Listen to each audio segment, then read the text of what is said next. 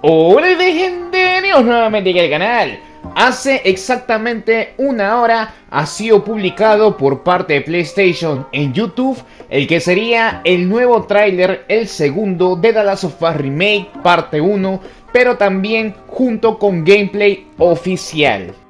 Después de ver todas las filtraciones nos preguntábamos de qué manera es que Naughty Dog o PlayStation iban a responder a todo esto, y lo han hecho a través de un vídeo que dura cerca de 11 minutos, en el cual vamos a escuchar a Neil Druckmann y también a aquellos que participaron en el desarrollo de este The Last of Us Remake, contándonos un poco acerca de los detalles de este juego y por supuesto de fondo junto con el gameplay y también partes que no hemos visto hasta ahora en las filtraciones. Desde ya te voy diciendo que al final todo lo que se filtró es 100% real, así tal cual va a ser el gameplay y también las cinemáticas, etc. Así que a continuación te dejo con este tráiler y gameplay oficial publicado por PlayStation de The Last of Us Parte 1 Remake.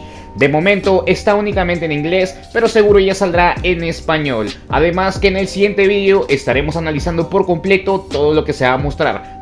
De momento solamente te invito a que escuches y veas atentamente todo lo que tienen que decirte los desarrolladores y también todo lo que tienen que mostrarte. Así que a continuación, el tráiler y el gameplay oficial.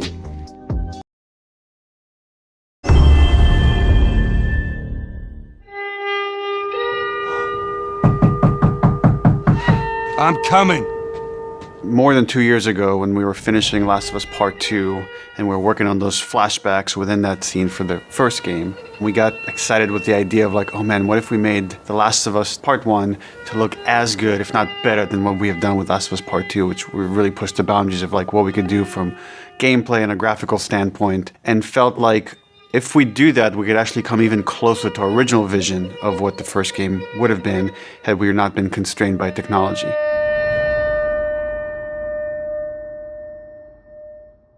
The original creative vision of The Last of Us, I think in a lot of ways was larger than what the PlayStation 3 was capable of. The tech of the PS5, it's like an open box of tools and goodies that we can play from and draw from.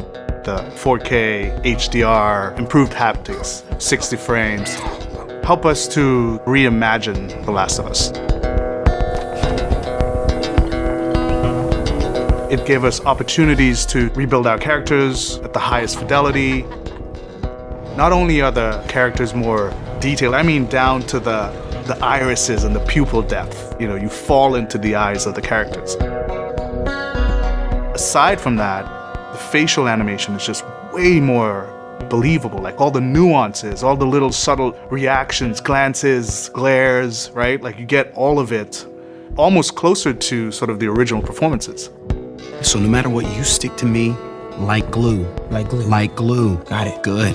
Good. We are able now to not only just have the highest fidelity characters in the cutscene, but also in gameplay. It's the same character, so now we can do these seamless transitions in and out. Every part of the game has benefited from seamless transitions and emotional scripting. Pretty good, huh? Our stories happen in gameplay. On a stick. She knew my mom. All this stuff is designed to keep you constantly in this world. Riley, come here. Now you got this, go.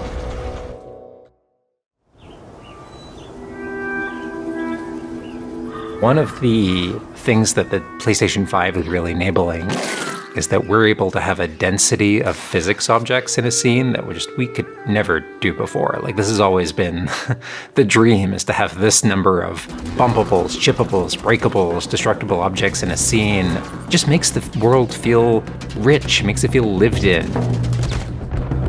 Materials kind of have the properties that you'd expect. The turret truck in Pittsburgh, when it's firing at you and it's just ripping apart the concrete and sending objects flying left and right. Seeing things break, like there's fear, there's a real fear that it invokes. And it's giving us a much more dynamic range of gameplay to play with. Around him! Our AI tech has just increased incredibly. What we were building the basis off of was The Last of Us Part 2's AI. And it has sophisticated systems for things like the fundamental knowledge model of how these NPCs perceive and understand what the player is much more sophisticated. now how the enemies are communicating with each other, how they're chasing you, how they're flanking you, how intense that fight feels. It's so much more rewarding coming out of it from the other side.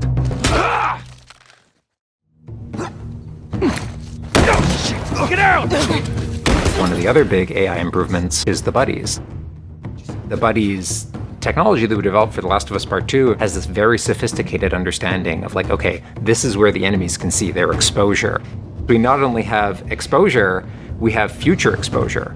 So buddies can know, okay, that enemy is walking forward and they're about to round this corner. So in 3 seconds, that corner is going to be exposed. So I'd better move now to avoid this enemy seeing me.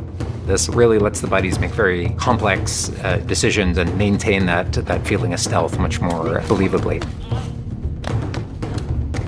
Another big enhancement to the gameplay is that we have this technology called motion matching. Motion matching is this technology that's basically using logic that tries to match the desired movement to a bucket of hundreds of animations. A mocapped actor has gone in and run this whole gauntlet of movements to get a really full set of all the different ways a person can move. And then it's basically every frame trying to find the best matching animation that fits the path of where the character is going to go. And this motion model just gives this really seamless sense of transition. The player's movement is just a lot cleaner. It's this really smooth, organic movement through the space. First, we just had to build that core experience. And then beyond that, we wanted to add several features that fans have been asking for. For example, we now have a permadeath mode. Along that, we've added a brand new speedrun mode, so players can time themselves. There's a whole community of gamers that just want to see how fast they can play through this game. Beyond that, we added a bunch more of unlockables. So there's all these different outfits for Ellie and Joel that people can unlock. A model viewer mode, so people can really appreciate the details. We added award-winning accessibility features. Every single accessibility option that we offer, that's a barrier removed for someone. As she surveys the apartment, her eyes wander to Joel. She steps past the couch. He wears the wristwatch Sarah gifted him, which now has a cracked face. To my knowledge, this is the first PlayStation game that has audio description built into the game, built into the cinematics. Now it's nighttime. Joel stirs in his sleep.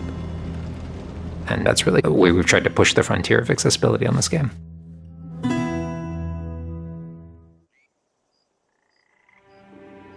So much of the identity of The Last of Us is the world.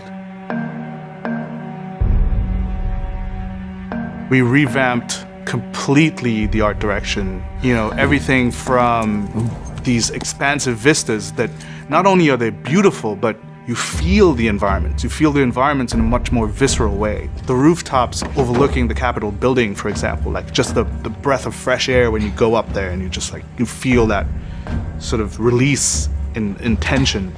And then, you know, to juxtapose that down in the tunnels in Wilds, and you get that dank, flooded tunnel feel, that humidity, you can actually feel it. All these environments are just completely reimagined. Now we got our engine on the PS5, those haptics, the 3D audio, the fast loading. It really creates a much more immersive, and because of that, much more emotional experience. One of the things I absolutely love with the 3D audio in The Last of Us Part 1 is being able to hear an enemy before they sneak up on you. And trying to do a stalker fight with the 3D audio is just so much fun. You're hearing them skitter around in a different room, and you're hearing them trying to get up behind you.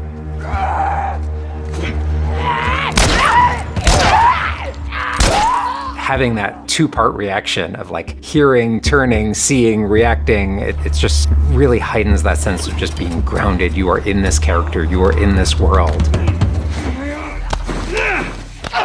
Now, with the PlayStation 5, the amount of control that developers have over the DualSense, it's really, really cool. All the guns in the game have a variable amount of resistance on the triggers when you aim them. The way it works with the bow is that at the very beginning, when they're starting to draw the bow, there's a little bit of resistance. And then as the bow gets tauter and tauter, the amount of resistance is increasing. And then when you release the bow, you're also getting that resistance going out of the trigger.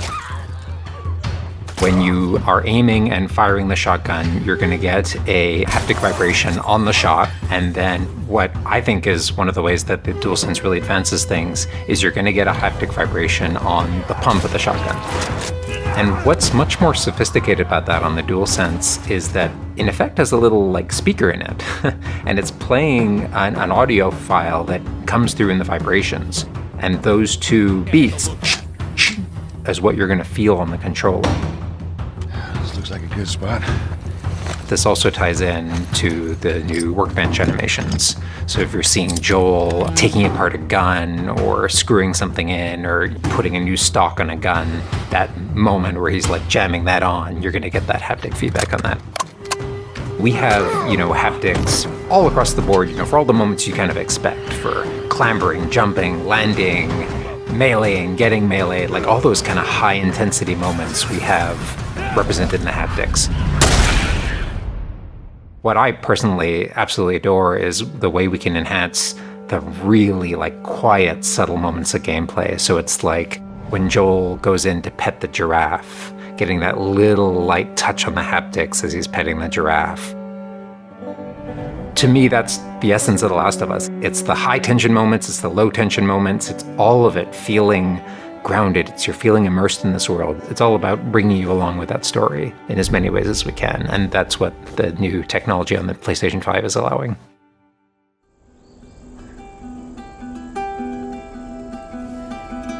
So is that everything you hoped for? Jury's still out.